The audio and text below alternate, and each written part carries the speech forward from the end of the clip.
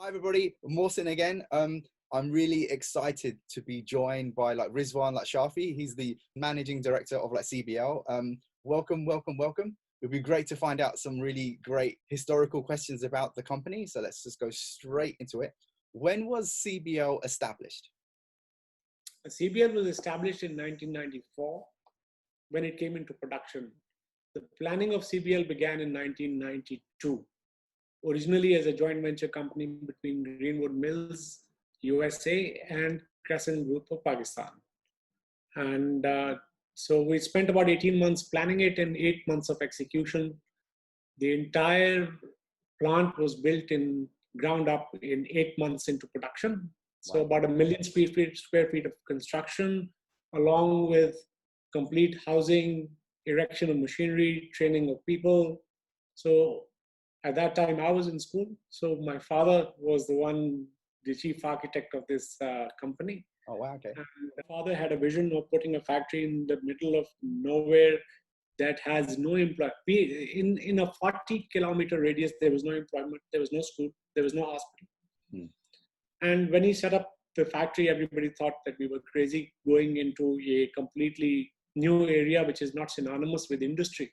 The factory could have been put in any major city at that time. This was originally a $87 million investment. In 1994, that was a lot of money. So he chose to build this campus. And the whole concept was driven that a factory and a jungle can coexist. We did not have a jungle. We had a marshland, and 4 feet of water was standing on the ground. So he planted trees, he dug canals, he recovered the land, he reclaimed the land. And we are happy to report now that people who forgot that they owned lands in that area are now doing cultivation and growing crops. Amazing. So I think overall, when you give back to the environment, when you give back to people, it automatically pays in the long run. But above all, it develops a mentality of taking care of your environment in a correct way. We were the first vertically integrated jeanswear company in the world, actually. Wow. So vertically integrated means that the entire campus is in one place. So from one side, we put in raw cotton, the other side, packed jeans come out. So after that, I think verticality took a different shape altogether. People reverse integrated or forward integrated. As far as the company is concerned, I think the company is a bit old school. We still are housing our original Sulzer looms, which we refuse to take out of the production. We believe that rail denim is made on Sulzer and projectile looms. Yep. And so the transformation began. We brought in resources from around the world, people from production backgrounds in VF Corporation, from Levi, and the company started to diversify its product base. Mostly, we are a knowledge-based company. We are not a production-centric or market-centric company. We take pride in the fact that there were a lot of firsts in Pakistan that we did, bringing in Levi production into Pakistan. Starting off with production for the Australian market, then transitioning into servicing Japan for Levi's, and then Europe, and now Levi as a global company. Yeah. And so our story is very linked to the transformation of the brand itself, which is Levi's. Yeah. And that for us is the institution that has taught us how to do business, how to be ethical. Ethics and production mentality is coming from our own industrial background. Started production, first production facility for my family was set up in 1952. Wow. Which was a vertically integrated home textile unit. And from there, as a family, we were the first people to export cotton out of the country, first people to export yarn out of the country, and so on and so forth. So a lot of firsts, and but it also brought in a lot of responsibility. We invested in technology where people were expanding in capacity, we were expanding in capability. So if you look at CBL today, I don't think we are known for our production. We're not known for our quality. We're not known for our size. We are known for the human resource that we have. And I believe companies that invest in people are the companies that will survive. Yeah. In this country, there is no definition for long-term and short-term. And as far as we are concerned, we're in this game for the long term. And for us, the legacy will be to leave an institution behind. There is a difference between business and industry. Mm. Currently, I believe when I look around, there's a lot of business, there's very little industry. We have our own training school in-house for management as well as workers. From there, we teach people from hygiene to mannerism to education as far as how the work is being conducted, how to sew a jean, how to wash it. So all of that, the soft skills and the technical skills come hand in hand. Nice. So when the company was set up, I think before we started production, the first thing that started in the company was the school. At that time for 400 kids, which is now for 1,200 kids on campus. Companies also transforming. We don't consider also now ourselves as a denim company. We consider ourselves as a supply chain partner. That's nice. Now the company is going through a complete transformation where we are taking a model of a international university, and we are now starting to call ourselves a campus. We own one of the largest capacities of spinning in Pakistan as a family. As a family, our structure is unique. We collectively own, independently run group of companies. Being market leaders in denim weaving and production, is there always pressure to stay ahead of the curve? I think you'll always be as good as the customer that you have. Mm. We have to understand our identity. Our identity is contract manufacturing. So it all depends on what kind of customers you have in your portfolio or you're looking to build. Challenges, there will always be. Transformations, there will be many. I can't really pinpoint an area where I would say that I could have done it or we could have done it differently. All of it is it's a learning process. Yeah. Have you found a need to design fabrics that don't rely on cotton? And there is a shift happening of a non-cotton based denim product and using sustainable yarns like tencel and hemp being one of the two that are most prominent, as well as like linen and some of the others that we've known about for a while. But do you find that there has been a reliance of developing stuff that's less cotton based? Certainly, my family also owned a jute mill. Nice. And so we started experimenting with jute in denim many, many years ago. But jute inherently has an odor. So that took us to hemp. Hemp was an illegal product in Pakistan. I'm happy to report that about a month and a half ago, it has now been legalized. That's right. It's a controlled process where 2 licenses have been given.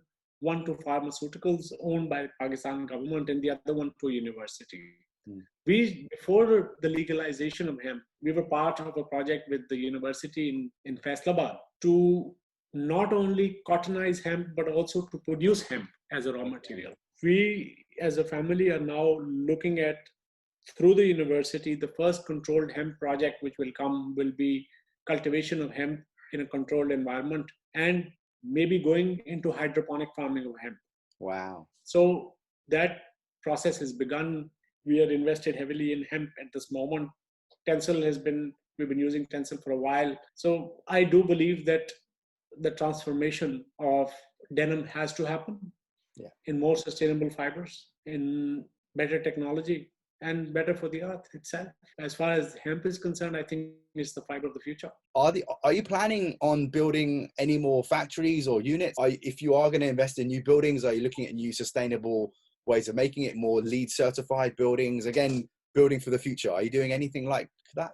We are looking at first modernization, automation, and then expansion. Nice. So we are looking at a 30% capacity increase across all platforms. Some will come through expansion, some will come from automation. We are looking at all processes to become digital and digitizing from order taking to order delivery. So with process bots, with the artificial intelligence, with a brand new ERP system in the background, we believe we can take about 20% more production from the same machines. If we rejig them, remodify them, because we believe throwing old equipment away, this is the world of sustainability. I believe it's a new jargon. So how is it sustainable if you throw your old machines out? Yeah. So we have a whole robotics division now in-house. We are ripping our old equipment apart and performing heart surgery on it to make it brand new with new technology. Your company is completely reinventing itself now. So it must be very exciting. But what's your personal vision for the company going forward? Personal vision is that value trumps size. our simplest methodology at this moment is we want to become a predictable partner. And when I say predictable, you have to check all the boxes. When your partner company, which is buying from you, is able to predict in their supply chain the delivery of the product that comes with quality, that comes with all the ethical norms, sustainability. Second thing is that we want to be extremely transparent now. Yeah. So we are building our own indexes for brands, for sustainability index. We're coming up with our own mechanism now. We are 6 months into the process. Amazing. So if the vision of the company, sustained growth through predictability of the supply chain, is what I see this company transforming into. Amazing. Completely inspiring hearing you talk, and thank you so much for your time. But yeah, thank you again. You're very welcome. All right. Bye. Thank you. Hi, everybody. Really excited to have industry expert Giovanni Petrin with us. He's a consultant for CBL and also a friend of mine as well. So welcome. What kind of machine technology has CBL invested that excites you personally as a consultant? We started work with CBL in 4 or 5 years ago, and we push to buy new laser technology, okay, because they have a laser, but very old. And in the last year, the technology about the laser changed very fast. For this reason, I suggest to buy the new laser with the new software, more speed, more power, and they accept. And in this way, we have more time, more efficiency. We have a more good result. The other things we push in the washing machine, because CBL, when we arrived, they have ozone technology. And we push to buy washing machine full with new equipment, like no stone, waterless, e-flow, in this direction. They accept, and we bought a new machine by Tonello. Last year, I pushed to buy robot spray, but after the indication about the market to reduce permanganate, we suggest to push more in other direction. For example, to build a new fabric for eco-friendly fabric ready for laser and for ozone. And at the end, I suggest to buy new ozone technology because they have ozone, but in the last year, the ozone technology changed a lot. For this reason, it's better to improve in this direction. Now I think there are 3 very important technology in the laundry department. Is a laser, ozone, and is machine full of less water, no stone, and e-flow. There is another concept, and is about digital. Yep. Because, okay, digital, I would like to push to have a software to send a formula directly from the head laundry office directly to machine, to have equipment to reduce the quantity of the chemical product, okay, automatic machine. And now we are pushing about to have a 3D software to customize the jeans. Because wow. In my opinion, this is a new invention, okay, but it's good for designer like you, for product manager, but in the same time for a vertical company like CBL, because the people have to produce the look for the jeans in 3D can to show to the client, and they reduce time, sample, everything. So you already mentioned that you've been bringing in machinery from Tornello and some of the other experts in sustainable finishing. Have you seen a real positive change from your customers? Obviously, because of COVID as well. You've seen more people basically saying we want sustainable finishing, we want sustainable solutions with our fabrics and our yarns. So it's a whole picture is becoming more bigger now, right? Okay, this is the right question. The mentality of the people is very strange and is very difficult to change. I made to you one easy example, okay? When I start to produce by hand in Martelli many years ago, the people told me to produce denim by hand, it was fake. And I explain it's true because it is made by hand, it's not natural when we wear, but it's a very good effect. When I start to work with the laser in 2000, okay, we have the same suggestion from the client. They told me, laser is fake. Now, okay, the most of the designers, no, one part of the designer think to use laser is not right, and they prefer to work by hand. But if you think using laser, you reduce second choice, you can repeat and you have the same imagine, you can make all from vintage imagine, from fashion, you can make everything. But this depends for the mentality. For this reason, I suggest sometimes to show to the brands the jeans, okay, and now explain what I do. At the end, when they told me, oh, this is fantastic, I explained, this is made with laser or some. I explain, or without pomies. This is another very strange things. No use pomies, okay, for many designers is not possible. But we know there are different tools now to have the same effect. That's right. That's right. No stone effects, other types of sustainable solutions as well. I think reducing pumice and reducing PP is actually one of the bigger things that the industry is trying to do. Mohsin, this is a good answer. Okay. For many years, I push in this direction because permanganate is a disaster. But for the people who have to work, okay, then, okay, is a disaster for the water because too much. And in the same, when you use more permanganate in the denim, the permanganate stays in the clothes and is not good. To eliminate completely permanganate for me is one of the best things. But it's important to change the mentality about the first, I think, designer. Because if you want to have a white effect, a very bright in white effect, the only method is to use permanganate. If I use alternative product, sustainable product, I have a similar but not the same.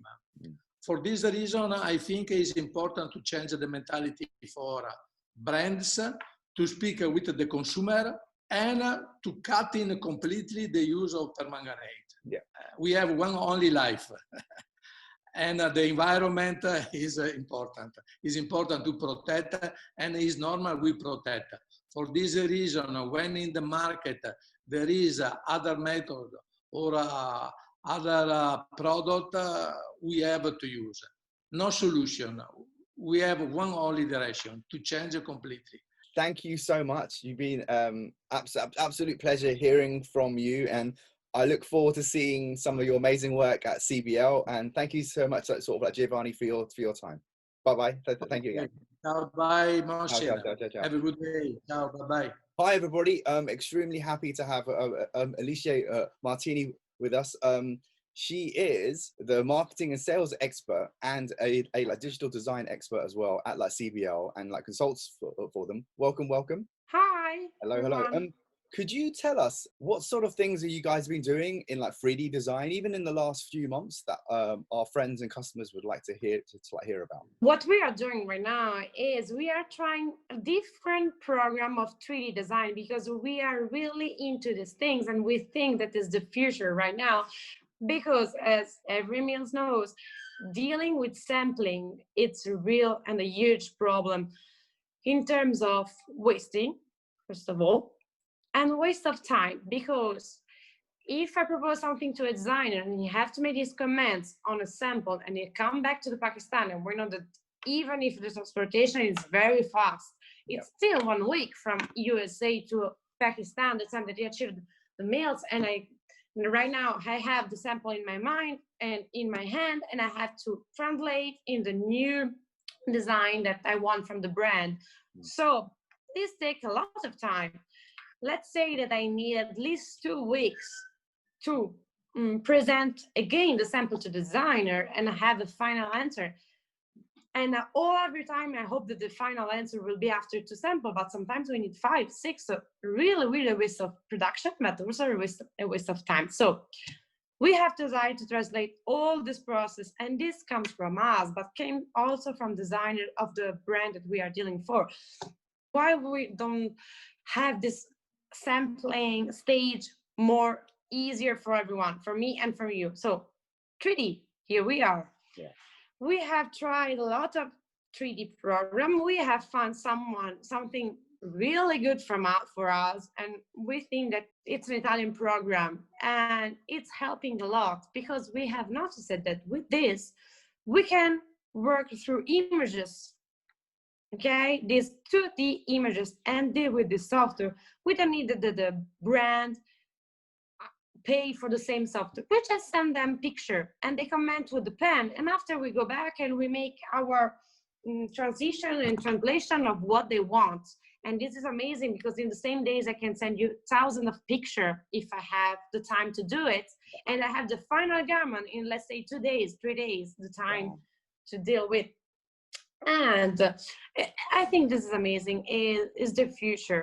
This is for denim, but I know that it's happening in a lot of garment design, not only in denim, but for us, it's really important because when you need something in denim, it's really hard to achieve. Everyone has different manner to do it. So this helps a lot. Definitely saving cost, and it's definitely saving time, especially as you said. You know, a customer comments on a style, it takes them maybe a week to translate that back to DHL the sample back to you with the comment on it. Maybe someone has to do a tech pack again and write information. So yeah, you save a lot of time. So yeah, 3D CAD and like sort of like digitalization is definitely the future. We are very careful also to our planet. If you think, where are all these samples that we have made in the past? We cannot use it. Where they are? If I make my operation, I have 100 of samples every month. Wow. Where are all these samples? No, it's true. Where they are sitting? Because at the end of the stage, the brand don't want this sample. Thank you so much for your time. I'm excited to see what you guys do, and hopefully we'll get to meet in person very, very soon. We hope so. Thank you again. Bye, bye, bye, bye. Thank you, Mohsin. Bye, bye, bye, bye, bye. Bye. Hi, everybody. Mohsin again here. I'm very, very excited to have like Naurin Muzaffer here. She's the lead advisor of like sustainability and transparency at CBL. Welcome, welcome. Thank you. Thank you for having me, Mohsin. Absolute pleasure. Let's just go straight into it. Can you tell us some of the positive things CBL has been doing regarding like sustainability? CBL, I've been working with CBL for almost 2 years now. And especially this year, there's a lot that has been going on within the organization. What we have done is that while there are many bits and pieces that are going on, but we've really taken a step back and looking at holistically, what is it as in terms of sustainability, what it means for CBL. So we've been looking at different operations, their impact on the environment, the social, and all that, and integrating sustainability within the business in terms of its goals, working with different functions, helping them understand in terms of where their contribution to company's sustainability journey lies, and tracking, ensuring that the metrics that we are tracking, they are reliable, they are credible, and they're consistent. A company has had various certifications with regards to environment over a period of time. So basically just trying to triangulate all of that holistically within the organization. So very broadly, that is what our focus has been in the recent months. Different business functions working with each other, help them understand where their contribution lies towards the sustainability journey of the organization. Have you found a need to design fabrics that don't rely on cotton, and also a shift and a movement happening towards tencel or maybe even hemp or other sustainable yarns that you're looking into, or you're already doing it, I'm sure, but have you seen this movement happening? This movement is happening. This movement has been happening for a while now, especially when it comes to denim.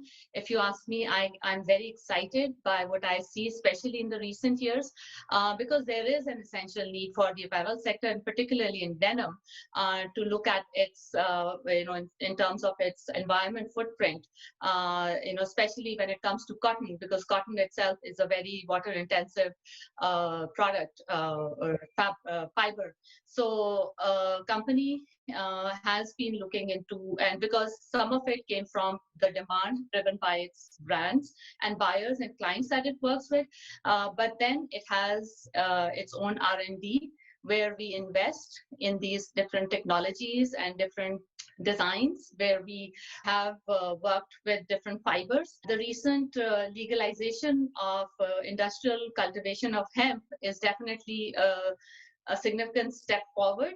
And tencel, of course, and there are other fibers coming back to hemp. Although the market is, as everybody is excited that the market is big, there's a lot one can do with in terms of tapping into that market. But having said that, the infrastructure to support conversion of hemp into fiber to be used for textiles still needs more investment. Yeah. And everybody is finding ways to do that.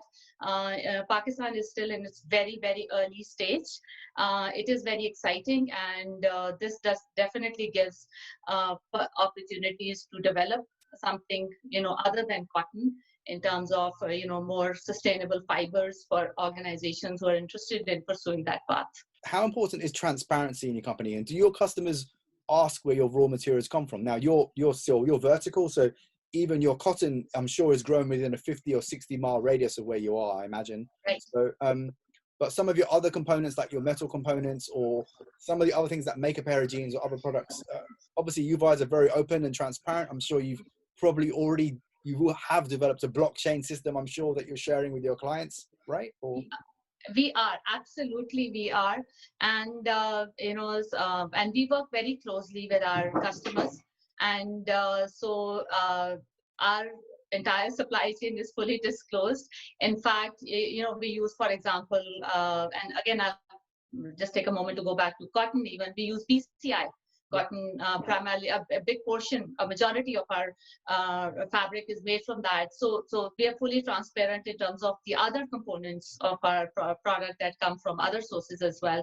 So again, depending upon the client or the customer, how much transparency they want. Some of them, absolutely want to know everything, where it comes from. So we disclose everything, and we work very closely with our business partners for that. We are also using, and we have made some developments as well, using sustainable dyes. Nice. And we are working very closely with some of our clients to, and again, with full disclosure where those coming from. But we are quite excited about that. Even our friends like Tornello have developed dye solutions that are sustainable. So yeah, there's a couple of really good ones on the market, and I'm sure you're going to come up with the most viable one that's best for your customer, and then you'll make it work.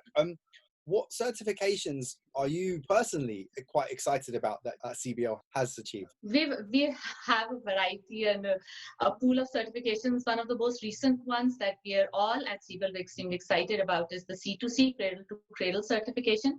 We just received that last month. And so this, again, showcases the company's, commitment and mindset.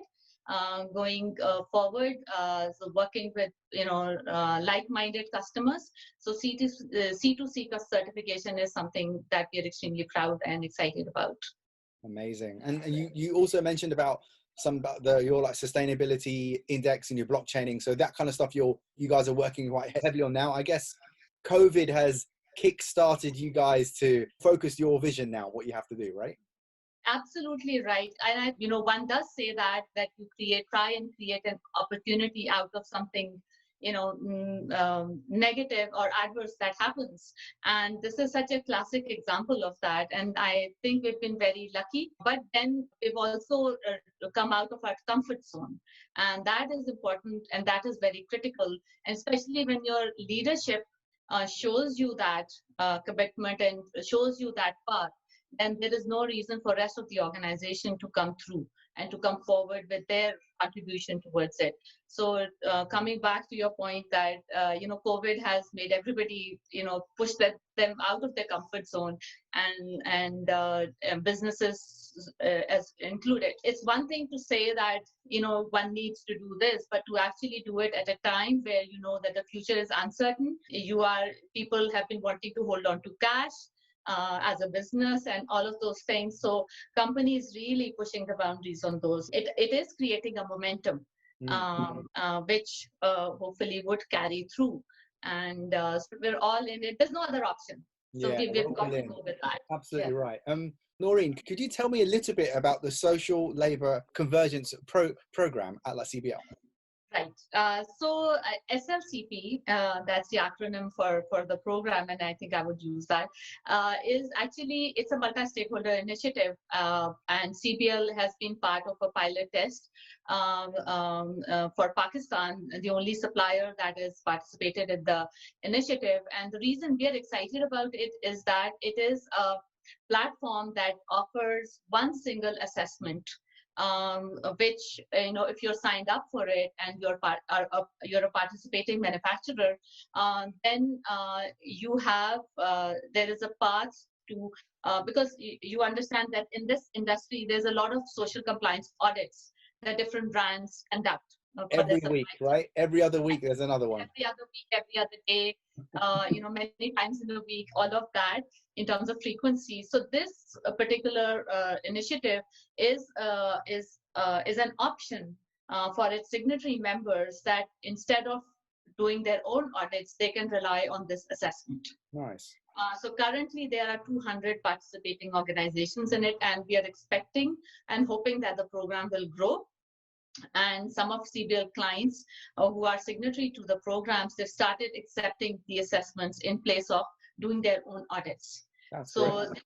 This has been talked about for decades within the industry, and there have been some initiatives here and there over the last couple of decades, which have been tried, and this particular initiative is yet another platform, but this time, because I think of the learnings over the past many years, there is the platform has offered a tool which a lot of brands are kind of being able to relate to, in terms of the dependency, the reliability, and so that it would save up resources from the brand side to focus on not the audit, but the next steps. Yeah. And then it gives relief to the supplier that you don't have to face all these multiple audits so frequently. It saves energy, it saves time, it saves travel costs. It's as it is.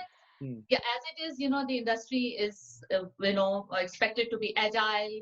It's expected to be, with this COVID, especially post-COVID world. Very soon, post-COVID, it would be, the digitization and all of that's happening across the business functions. So why not sustainability? So, and this is an online tool, online portal. Any brand can access it from anywhere. So they have a credible system that they've been putting in place. There's a lot of discussions that have been going on, and this is the fourth version, if I am not wrong, third or fourth version of the tool. I just wanted to kind of bring that out and highlight it, that this is something we're really excited about. One thing I want to highlight, another thing over here, is that the company has made commitment to increase the gender ratio in its work, especially the production-based workers, and take it up to at least 40% in the next 5 years. So that's very exciting, especially in a country like Pakistan, which, generally speaking, in the apparel sector, you'll find a lot more female workforce. But in case of Pakistan, that has not been the case. So the company has earlier in this year, just before COVID, made the commitment. It is not an easy task, but something I think because the leadership has committed to it, there is a buzz within the organization to for everybody to contribute towards that. It's, again, like I said, easier said than done, because it's not just recruitment. You have to find enough female population in order to, like a pool to take from. But generally speaking, in terms of the company's vision to be more inclusive in a thoughtful way, is something that's very exciting. Thank you so much for your time today. Inshallah, one day I'll get to see you in that person. That'll be very nice. You made it very easy. Thank you so much, Mohsin. Oh, pleasure. Don't worry. It's my job. That's what I do. Thank you for your time again. Okay, then. Allah Hafiz. Take care. Allah Hafiz.